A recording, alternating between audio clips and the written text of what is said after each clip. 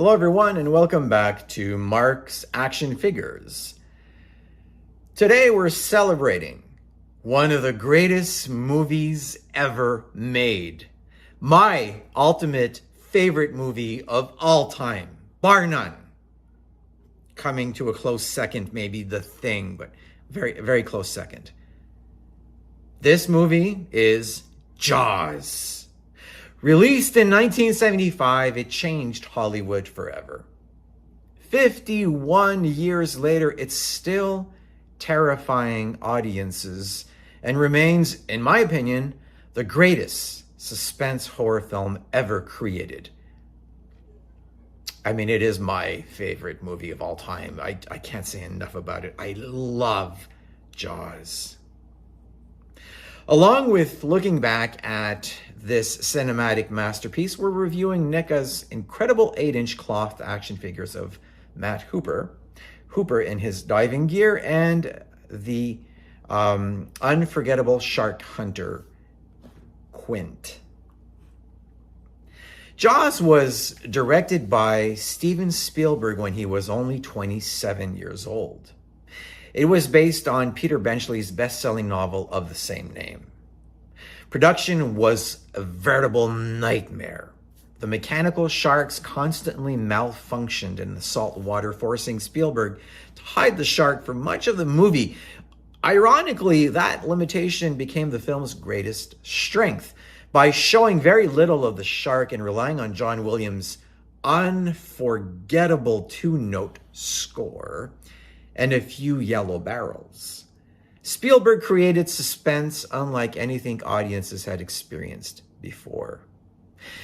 When Jaws premiered in June of 1975, it became a cultural phenomenon. It earned over $470 million worldwide, an astonishing amount at the time, making it the highest grossing film ever released until Star Wars arrived 2 years later. More importantly, Jaws became Hollywood's first true summer blockbuster. The term blockbuster comes from Jaws. It changed how studios marketed films using nationwide releases backed by television advertising. Nearly every summer blockbuster release today owes something to Jaws. What makes Jaws timeless isn't just the shark, it's the characters, the suspense, the dialogue, the cinematography, and of course, John Williams' legendary score. Every scene builds tension. Even after dozens and dozens of viewings, I still find myself completely interested. The orca sequences are among the greatest pieces of filmmaking ever put on screen, and the chemistry between Brody, Hooper, and Quint is simply unforgettable. There are horror movies with more blood, more kills, and bigger monsters, but very few have ever created suspense as perfectly as Jaws. Matt Hooper is the young oceanographer brought in to investigate the attacks around Amity Island. He's intelligent, curious, and resourceful. Hooper represents science and reason. While many dismiss the danger, he immediately recognizes they're dealing with an enormous great white shark, Carcharodon carcharius. Richard Dreyfuss brought tremendous charm and humor to the role, creating the perfect contrast to Quint's old-school experience. Despite their constant arguments, Hooper and Quint ultimately share the same goal: stopping the shark. Quint is one of the cinema's greatest characters, a grizzled shark hunter with decades of experience. He's tough, stubborn, and completely fearless. Robert Shaw delivered one of the greatest performances in movie history. His USS Indianapolis speech remains one of the finest monologues ever written and performed. In just a few minutes, the audience understands why Quint hates sharks with such intensity. I mean, that part of the movie is probably the scariest portion of that movie throughout. It is just absolutely very, very, very, very scary. It's intense. Quint isn't just hunting a shark, he's confronting the trauma that's haunted him since World War II. You all know me, know how I earn a living. I'll catch this bird for you, but it ain't gonna be easy. It's a bad fish, not like going down the pond chasing bluegills and tommycats. The shark will swallow you whole. A little shaken, a little tenderizing, and down you go. Now we gotta get to do it quick. That'll bring back the tourists and put your businesses on a paying basis.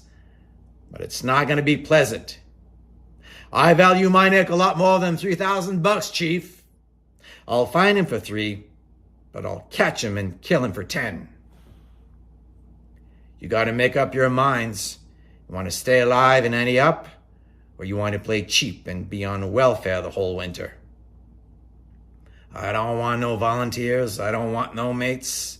There are too many captains on this island. $10,000 from me by myself. For that, you get the head, the tail, the whole damn thing. Mr. Mayor, Chief, ladies and gentlemen, Hooper in diving gear.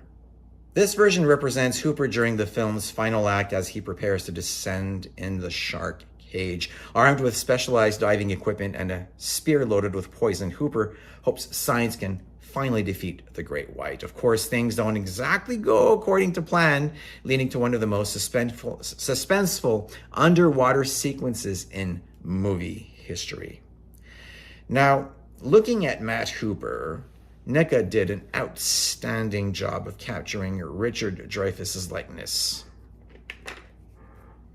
I mean, these figures are absolutely mind-boggling. The portrait is instantly recognizable with excellent facial sculpting and realistic paint applications. Tailored cloth clothing looks fantastic and recreates Hooper's casual appearance. From the movie, you have accessories that include interchangeable portraits. So you've got him with his little sun cap here, which is something that you see throughout the movie. He's got a backpack. He's got a coffee cup. Remember this coffee cup? He acts very tough by crushing it. It adds a lot of display options. Articulation is solid despite the soft goods allowing for natural poses, but as with every NECA figure, I am always fearful of breaking something. These are quite fragile, similar to what you would find in DC Direct figures. Maybe not as, but almost. You have to be very cautious. If you're going to be bending them, you need to put them in boiling water or very hot water for a little while. Just to make sure that there's pliable, the plastic becomes more pliable so that it doesn't break in its cooler, more brittle state.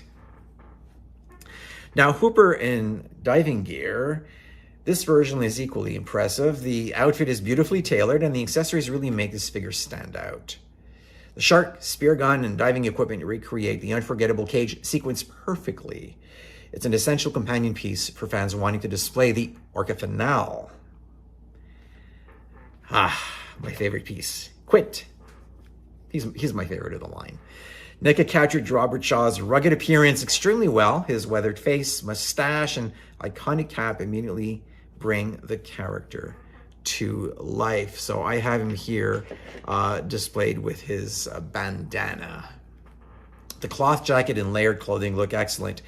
And the accessories, including his rifle, machete, baseball bat, are all very well sculpted, very impressive. He's got his spear gun, his famous spear gun. You even have this thing, a can of beer. Look at this, guys. This is fantastic. You can actually, and there's a crushed version, and there's also a crushed coffee cup for Matt Hooper, if you want to show or recreate that iconic scene. You can. He looks exactly like the hardened shark hunter audiences have loved for over 5 decades. Farewell and adieu to you Spanish ladies, farewell and adieu to you ladies of Spain, for we have received orders for to sail to old England, but we hope in a short time to see you again. You gotta love Quint. Now, there is a missing piece. Where's Chief Brody? Now, if you're a Jaws collector, you've probably noticed a very important character is missing in the trio. Chief Martin Brody. Brody is the heart of Jaws. While Quint brings experience and Hooper brings science, Brody is the everyman, the ordinary police chief forced to confront an extraordinary nightmare. Roy Scheider's performance is one of the reasons the movie works so well, and it simply isn't the same trio without him. NECA actually intended to produce Chief Brody figure. Early promotional material and interviews indicated that Brody was part of the planned lineup, which would have completed the iconic Orca crew. Unfortunately, the figure was ultimately canceled because of likeness rights issues involving Roy Scheider's estate, although Universal owns the film. The right to reproduce an actor's face for merchandise is often negotiated separately. Without permission to use Scheider's likeness, NECA couldn't move forward with production. As a result, collectors were left with Quint and 2 versions of Hooper, but no Brody to complete the display. It's especially disappointing because Brody delivers some of the most memorable moments in cinema history, including perhaps the most famous line of the entire film. You're gonna need a bigger boat. Even today, fans continue hoping that the licensing situation will eventually be resolved. If it ever happens, a Chief Brody figure would almost certainly become one of the most anticipated releases in NECA's history.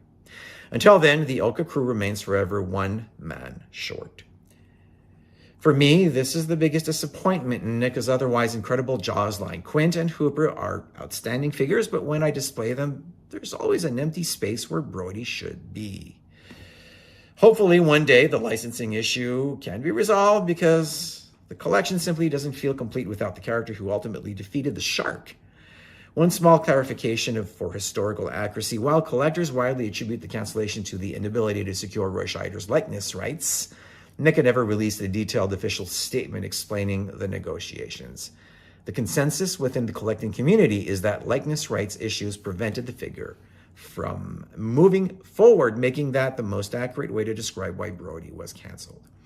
Now, there have been pictures that were put up by a lot of the retailers, by NECA itself. This character looked absolutely phenomenal, and I certainly hope if NECA or someone from NECA is listening, please, oh please, resolve this issue. Give us a Brody figure. As expected for NECA's retro cloth line, the tailoring is excellent. The soft goods fit naturally without looking oversized, and the accessories are highly detailed. The realistic portraits are among the strongest aspects of the entire collection. These figures are clearly designed for collectors who appreciate screen accuracy as much as articulation. Now, I do have Bruce. It's not really Bruce, but it's the closest thing I have.